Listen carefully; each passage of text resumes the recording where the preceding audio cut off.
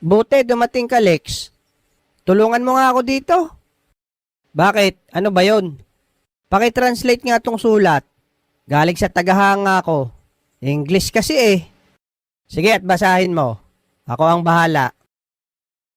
Dear Bogart, Hay daw.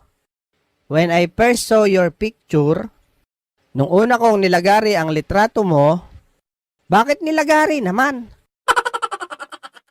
Yun ang sabi eh. I was so happy. Masaya daw siya.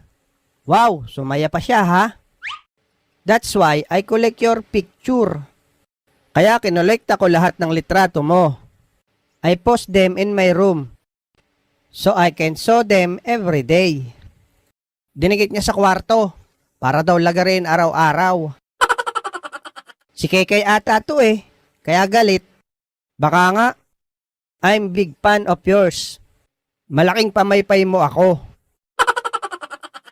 Your nose is slightly big but cute. Magkahiwalay daw ang ilong mo.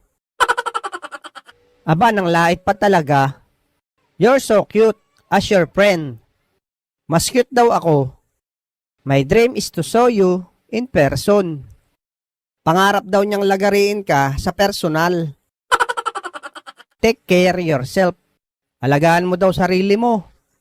Because I will show you soon. Dahil malapit ka na niyang lagariin. Your loving fan. Ang mamahalin mong pamaypay. Si Kekay nga siguro to.